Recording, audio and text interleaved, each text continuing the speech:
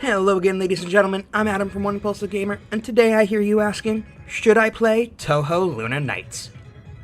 Luna Nights is the latest game by Team Ladybug, the developers responsible for such games as Pharaoh Rebirth, Konosuba Resurrection of Beldia, and Shin Megami Tensei Synchronicity Prologue.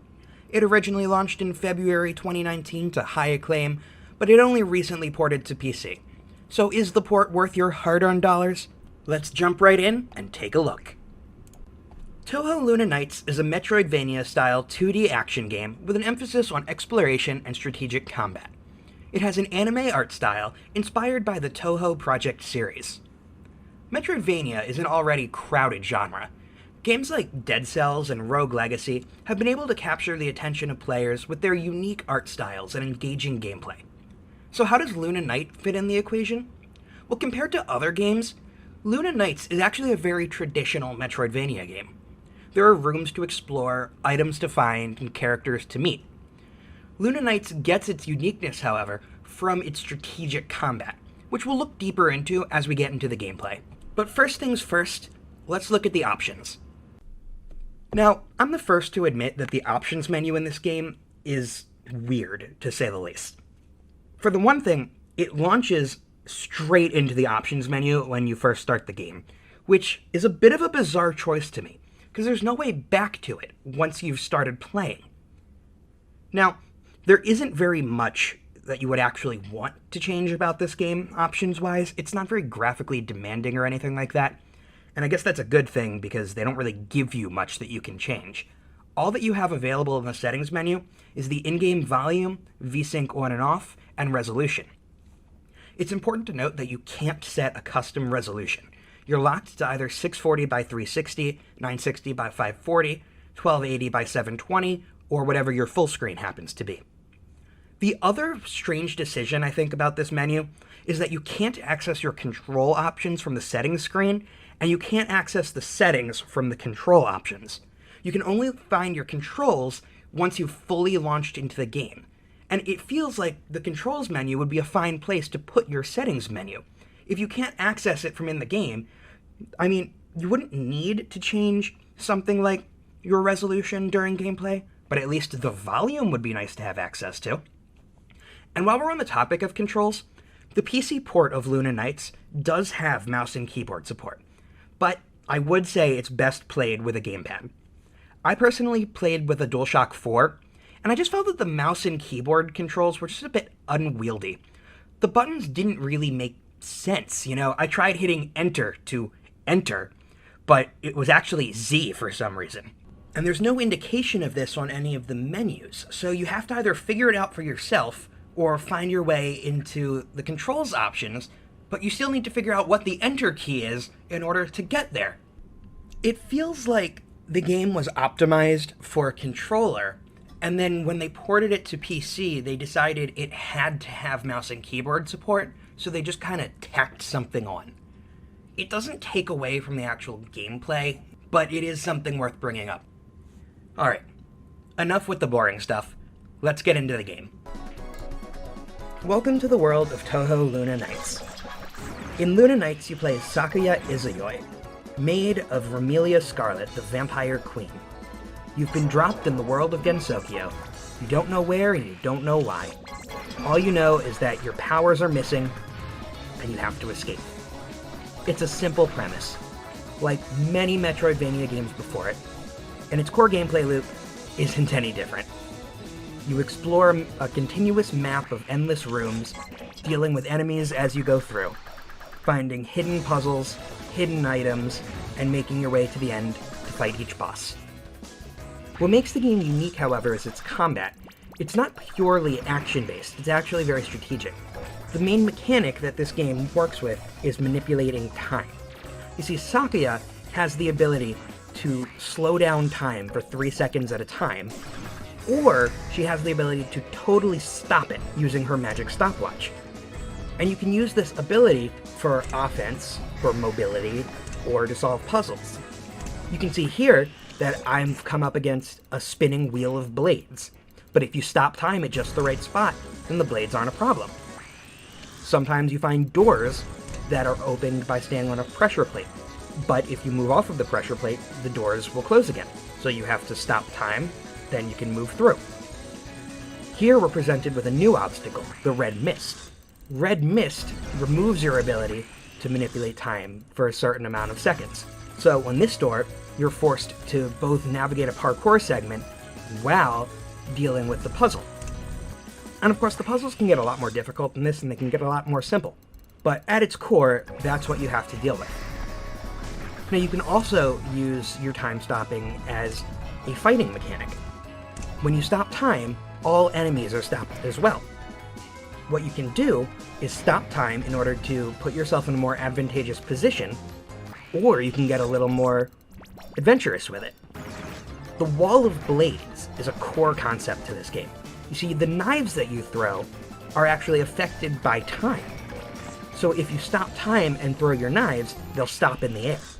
So what you can do, stop time, throw a bunch of knives, restart time, and a wall of blades will hit your enemy before they even know what's coming.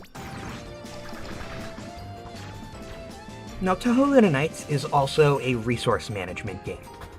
You have three main resources: your health, your mana, and your time. There aren't many ways to find health as you play, except for at vending machines that you'll come across every so often. Mana is actually interesting. This game has a mechanic called grazing. When you get close to an enemy, you'll activate a graze. If time has stopped and you graze an enemy, you'll gain a small amount of mana and a small amount of time. If time is moving when you graze an enemy, you'll earn a lot of mana. And this is the main way that you're going to refresh your mana, because your mana refreshes very slowly while you're playing. Every time that you throw a knife, it uses your mana as long as time is flowing. So it completely determines how much damage you're actually able to put out. Not only will enemies count as grazes, but enemy projectiles count as grazes as well. So if an enemy shoots a projectile at you and you slide under it, you can gain a bit of mana for that. Now, your other important resource is your time. At the center of your screen, you have a stopwatch. This keeps track of how much time you have. When you stop time, any action that you take will use your resource of time. You can upgrade how much of it you have by spending your gems at the shop, but you'll start with 100 seconds of time. Anytime you take an action, be it moving, throwing knife, that'll change your time. That will lessen how much you have. You have to be careful that you don't run out of time in a bad position, so it's very important that you manage it. Your time refreshes fairly quickly, so don't be afraid to use it, but you just have to be mindful of how much you have. Now, there's a hidden resource that the game doesn't actually tell you about, and that's your knives. You have infinite knives, except when time stops. When time stops, if you throw enough knives, time will start up again on its own. You can't throw infinite knives while time is stopped. What you can do, however, is go back to the shop to buy more knives. When you do that, it'll add how many knives you can throw while time is stopped, so you can make a bigger wall of knives. This can be really important for boss battles and positions where you need to deal as much damage as possible against an enemy that you can't get in front of. As you make your way through Gensokyo, you'll find ability cards and new knives. You can use your new knives in order to move in different ways. You'll find the slide knife and the double jump knife early on. The interesting thing is, because all of your movement skills are based on knives, it means all of your movement skills also deal damage. When you slide under something, you actually do a sliding stab. When you double jump, you throw a knife below you. So you can double jump over an enemy in order to deal damage below you. Or, if you want to stop time and throw out a wall of blades, but you need that one extra knife, you can slide and use yourself as the last knife. One of the main aspects of this game is exploration. The game takes place in one continuous map, which is broken down into multiple small rooms. When you enter a room, you never know if you're actually going to be able to conquer the challenges you face inside yet. In each room, you'll find something new that you have to deal with. But if you're missing a particular skill, you might not be able to deal with it yet. If you're missing your double jump, or maybe you haven't found the slide knife yet, then you might not be able to deal with what you find. In this case, you have to memorize where you found this challenge, so you know to backtrack and find it again later. As you're exploring, you also might find hidden rooms. These are going to take the appearance of flat walls that will reveal themselves when you throw a knife at them. These rooms will also often involve some kind of skill test, a puzzle or a parkour segment that you have to navigate. These areas are often impossible to complete without finding a skill that you might find later on, so it's always good to memorize where these are so that you can backtrack and find them again later. Something else that differentiates this game from most other games in the genre is that it doesn't really care about collecting. There isn't very much that you actually have to collect as you go. The game really does focus more on exploring and combat. As you go along, you might find some skills, some abilities, maybe some loot along the way, but there's not a whole lot that you really need to concern yourself with. Whenever you defeat enemies, they'll explode into gems, which you can walk over to collect, but you're not going to find hidden caches of them in hidden rooms or anything like that. The game does have a leveling system, but it's really not that big a part of the game. Your level doesn't actually change a great deal about your character, so it's not really worth grinding to try and level up or anything like that. If you find a boss that you can't beat, the problem's never going to be your level. You're just going to have to repeat it and learn the mechanics until you can succeed. I'm overall very happy with this game. This is the first Touhou project game that I've played, and I think it's a good place to enter into the world.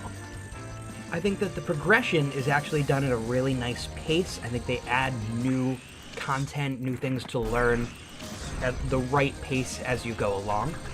And I like that leveling isn't all that important. It's more about skill than just how long you've played the game for. I think that because of the way the game plays, the leveling system is maybe a little tacked on. It doesn't really matter what your level is. It doesn't matter how long you've played the game. It's entirely about skill. It's entirely about learning boss mechanics. It doesn't matter how long you've played. If you fail at a trap over and over again, it's about learning how to navigate that trap. Your level doesn't matter. If you can't defeat a certain boss, it's not because your level isn't high enough. You can do any boss at any level. Whenever you find a boss, that's the time to deal with them. It's just about doing it, letting them kill you, and then try again.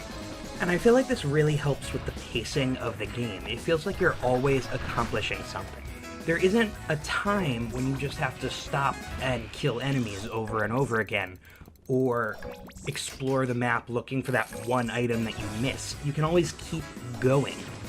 The game really puts more of its emphasis on just exploring the world, making your way through at your own pace.